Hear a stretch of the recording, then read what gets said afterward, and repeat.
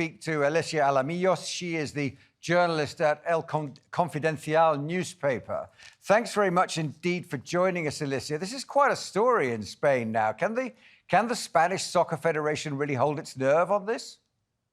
Yeah, indeed, it's the story for this end of summer. And yeah, you have to understand this story has much more repercussions that probably nobody ever thought it were when we saw all the keys to Jenny Hermoso.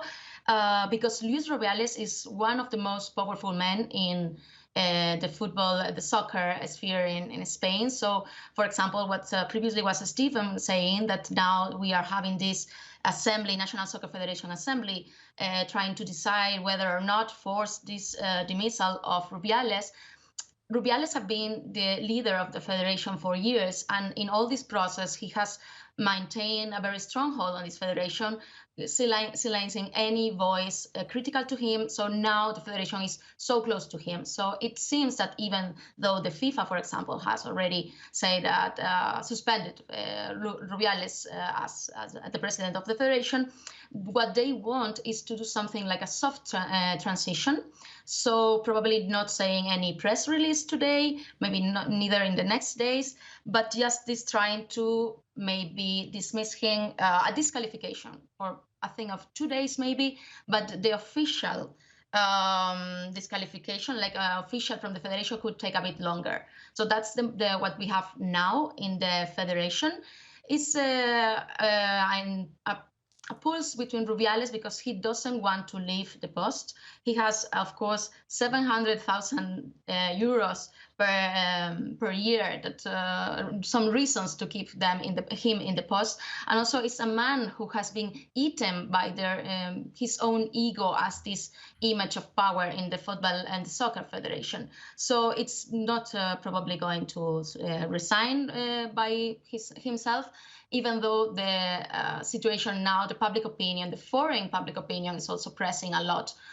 The government, the prosecutors even opening a case. They are investigating if they can open a case. But of course, Jenny Hermoso has the last word if she wants to press charges officially. But there are many things moving to try to keep Rubiales out of the post. There's also quite a weight of this is a powerful man, clearly, but there's clearly quite a weight from the sporting community. 23 players from a victorious squad, and also the 12 who didn't even go to the tournament on principle because of exactly this kind of situation. That's an awful lot of players coming out against this man. Mm-hmm.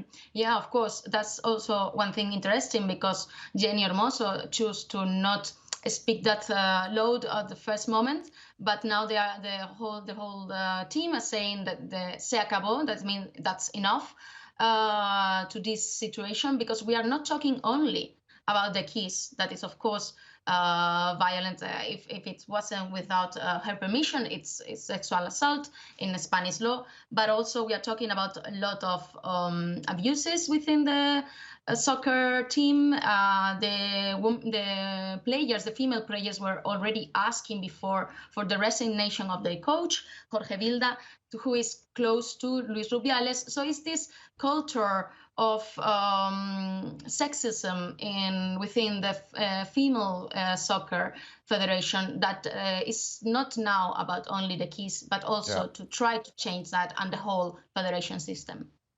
Yeah. Alicia Alamillos, thanks very much indeed for joining us this evening.